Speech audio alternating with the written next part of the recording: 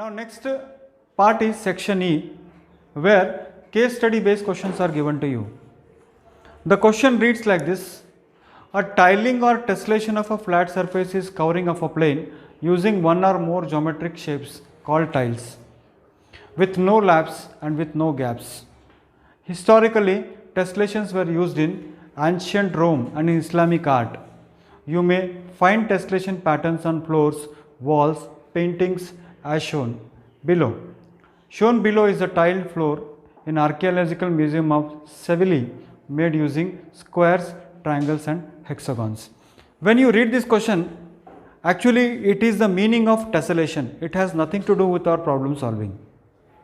And tessellation means what? If at all you just attach one geometrical figure with the other with no gap, it's called tessellation. For example, on the ground floor, what you are sitting, that is tessellation. All squares are tessellated. Okay, all squares are tessellated. Now here you can see an art of tessellation here. Now here you can see what is happening in hexagon. Here square is there, triangles are. So many geometrical shapes are tessellated. Tessellated means एक के साथ एक को जोड़ा गया है, उसको बोलते हैं tessellate. तो ठीक है, आगे तो एक craftsman thought of making a floor pattern after being inspired by the above design. इस डिज़ाइन को देखकर एक व्यक्ति को ऐसे लगा कि चलो मैं भी एक डिज़ाइन बनाता हूँ. तो उसने डिज़ाइन कैसे बनाया? To ensure accuracy in his work he made pattern on Cartesian plane. Cartesian plane के अंदर क्योंकि वो नाप सकता है बड़े अच्छी तरह से, इसलिए उसने क्या किया, कार्टेशियन प्लेन पे उसको बनाया. He used regular octagons, squares and triangles for his floor tessellation. Floor tessellation के लिए उसने ये सब कुछ यूज़ किया. तो आप देखिए यहाँ पर आपको दिख रहा है. ओके, नेक्स्ट क्वेश्चन है, what is the length of line segment B and F. What is the, ये हमारा मेन पार्ट है, ये हमारा मेन पार्ट है which has to be addressed properly. This is called as CBQ question. और जैसे मैंने आपको बताया था कि 2 मार्क के लिए क्या है, इंटरनल चॉइस है. तो देखते हैं कि what is the length of the line segment joining B and F.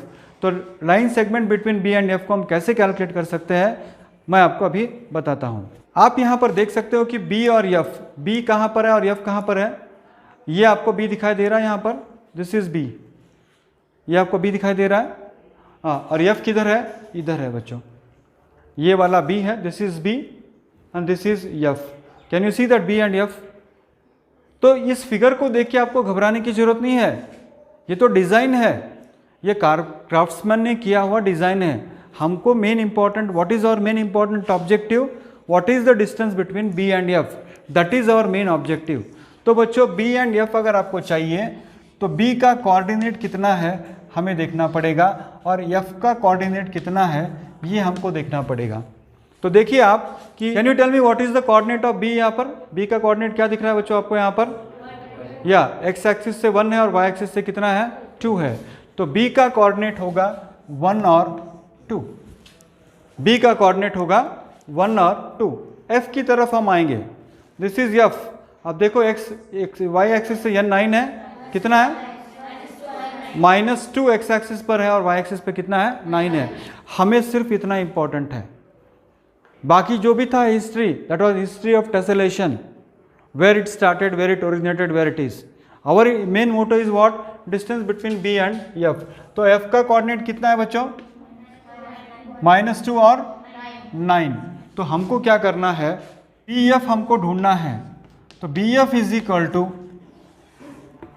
x2 minus x1 whole square plus y2 minus y1 whole square. कौन सा फॉर्मूला यूज कर रहे हैं हम यहाँ पर, या डिस्टेंस फॉर्मूला. तो ये x1 y1 और ये क्या है, x2 y2. ओके, तो BF will be equal to x2 यानी क्या है बच्चों, -2 minus 1 square. Okay, -2 minus of +1 is -1 plus y2 यानी क्या है, 9 माइनस 2 का square. So BF will be equal to how much, -3 square plus 7 square, and that will be equal to how much?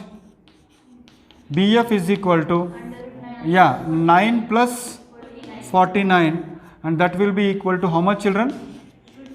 Root 58 units. ये बहुत important है.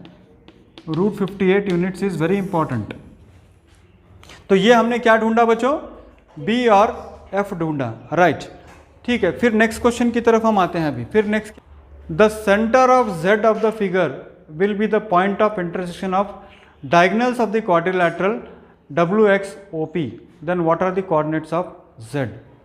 तो देखो the centre यहाँ पर, इसको आप WXOP, और इसका सेंटर आ रहा है Z. नहीं, WXOP कौन सा क्वाड्रिलेटरल बन रहा है बच्चों? इट इज W का कोऑर्डिनेट क्या है बच्चों? W का कोऑर्डिनेट क्या है? X का कोऑर्डिनेट क्या है? O और P का क्या कोऑर्डिनेट बन रहा है? पहले हमको लिखना पड़ेगा. हमको W का कोऑर्डिनेट क्या है यहाँ पर? आप देखो यहाँ पर, -6 और 2. तो W का कोऑर्डिनेट है -6 और 2. उसके बाद what is the coordinate of X? It lies on X axis. So -4 and 0. उसके बाद देखो O का कोऑर्डिनेट क्या है यहाँ पर? आप देख सकते हो, X पर 5 है और 5 और 9. तो O है 5 और 9. What is P? P 3 है और 11 है. तो ये 3 और क्या होगा? 11. राइट. अब आपको क्या करना पड़ेगा? देखिए इसका मिड पॉइंट वो बोल रहा है, और जब मिड पॉइंट की बात आती है तो हम मिड पॉइंट का फॉर्मूला यूज करते हैं. तो दैट मीन्स व्हाट? डायगोनल अगर मैं लूँ, this is W and this is O. तो mid point of WO will be equal to mid point of XP. इसका mid point is equal to इसका मिड पॉइंट. तो यहां पर मैं सेंटेंस लिखूंगा, mid point of WO is equal to mid point of what? XP. Right. और बच्चों mid point formula आप जानते हो, x1 प्लस x2/2, और यहां पर आप लिख दीजिए कहीं पर कि x1 plus x2/2 plus what? y1 plus y2/2. थोड़ा क्योंकि सब्जेक्टिव होने की वजह से अगर आप फॉर्मूला लिखते हो तो आपको मार्क्स मिलने के चांसेस बढ़ जाते हैं. Is equal to mid point of XP and that will be equal to what? Z. That's what is told.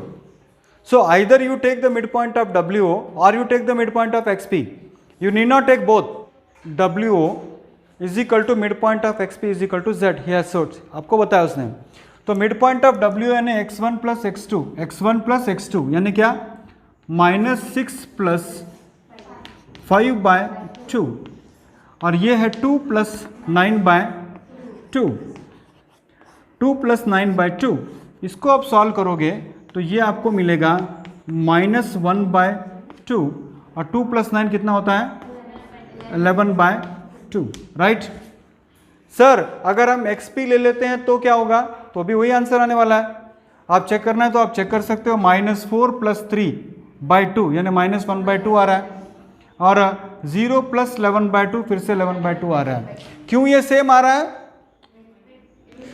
हाँ, रेक्टेंगल है. रेक्टेंगल हो, WXOP क्या है? रेक्टेंगल है. और अगर वो रेक्टेंगल है तो आपका मिड पॉइंट्स क्या आएगा? तो बहुत बड़ा मेथड आपको करने की जरूरत नहीं है, आप इसको शॉर्ट मेथड से कर सकते हो. Right. So you should understand the property that mid points of the diagonals of the rectangles are same. Right. और the coordinates of the mid points of the diagonals of a rectangle are same. Right. Third part is what are the coordinates of any point on y axis? Remember the word mentioned is point lies on y axis. What does it mean? X coordinate is 0, equidistant from A and G. y axis पे कौन सा ऐसा point है जो equidistant from A and G होगा? और दूसरा, और इसमें 2 मार्क है इसलिए ऑप्शन दिया है, what is the area of trapezium AFGH. So 2 question इसके अंदर, what are the coordinates of the point on y axis equidistant from A and G. तो एक काम करेंगे, since the point lies on y axis इसलिए हम क्या कहेंगे, एक्स कोऑर्डिनेट इज 0। चलो देखते हैं यहाँ पर वाई एक्सिस के ऊपर क्या होता है उसका कोऑर्डिनेट, कौन सा देखिए आप, ए पॉइंट, वेर इज आप A point, where is A point, A point कहाँ पर है, या आपको यहाँ पर ए पॉइंट दिख रहा है बच्चों, ए पॉइंट दिख रहा है।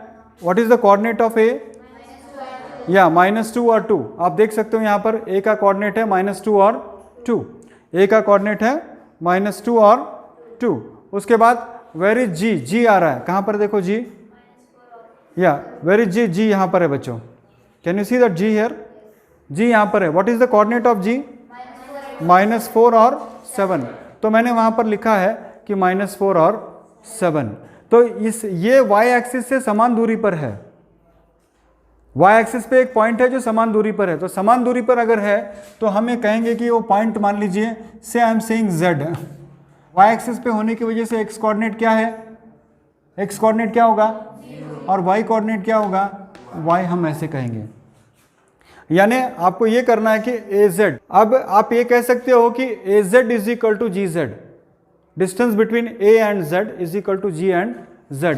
सो अगर मैं डिस्टेंस फार्मूला यूज करूं बच्चों तो मैं ऐसे बोल सकता हूं कि az square is equal to G Z square, square root ही हट जाता है डायरेक्टली। तो आप इसको x2 minus x1, x2 minus x1 plus y2 minus y1 square, x2 minus x1 plus what y2 minus y1, इसको अगर x2 में पकड़ूंगा तो 0 माइनस ऑफ -2, 0 माइनस ऑफ -2, तो 0 minus of -2 plus y2 minus y1, ये हमारा y2 है, minus y1 होगा y minus 2 whole square is equal to G Z square. फिर मैं कहूँगा x2 माइनस x1 स्क्वायर, यानी x माइनस ऑफ -4 स्क्वायर, तो x minus of -4 square plus what y2 minus y1, यानी y2 minus y1, y minus 7 का whole square, right है बच्चों। Distance for, because this point lies equidistant from these 2 points, so this az square is equal to G Z square, या za square is equal to zg square. तो अभी 0 minus of -2 होगा 0 plus 2, और 2 का square होगा 4, और ये है बच्चों a minus B whole square, यानी first term minus second term whole square, that is equal to first term square minus 2 into first term second term, यानी 2 into y plus y square, यानी second term square y 4 हो गया। और ये होगा बच्चों x coordinate is 0,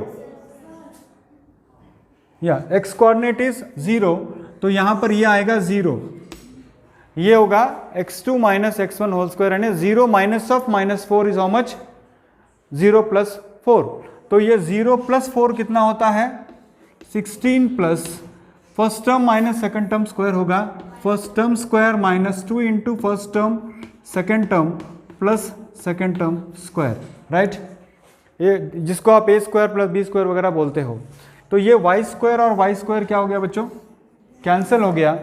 अभी देखिए ये -14y minus 4y minus 14y है, इसको अगर मैं ट्रांसपोज करूं तो -4y plus 14y is equal to 49 plus 16 that is equal to 65, 49 plus 16 कितना होगा बच्चों 65 होगा, और यहाँ पर 4 प्लस 4 और ये 8 उधर चला जाएगा तो -8, सही है।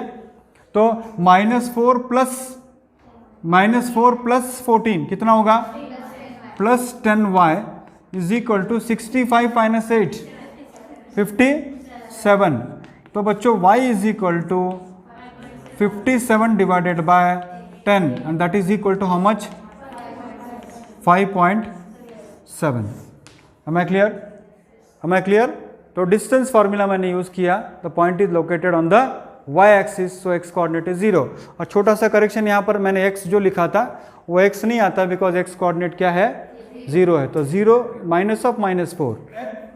एरिया ऑफ ट्रेपीजियम हमको चाहिए, उसका नाम क्या है AFGH। तो देखिए एरिया ऑफ ट्रेपीजियम का फॉर्मूला है, for area of a trapezium is half into height into sum of 2 parallel sides.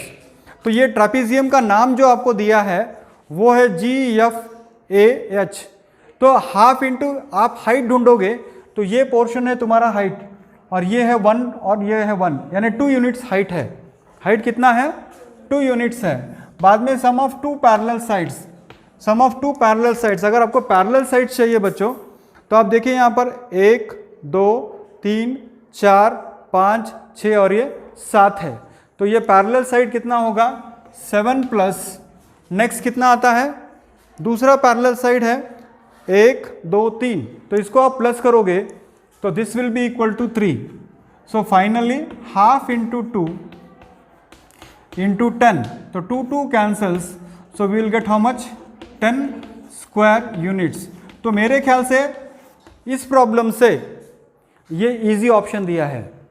तो इसीलिए मैंने आपको बताया कि 2 मार्क का क्वेश्चन जब भी होता है उसको ऑप्शन आपको मिल रहा है। तो अगर आप इसकी बजाय इसको सॉल्व करोगे तो मेरे ख्याल से आपका समय बच जाएगा।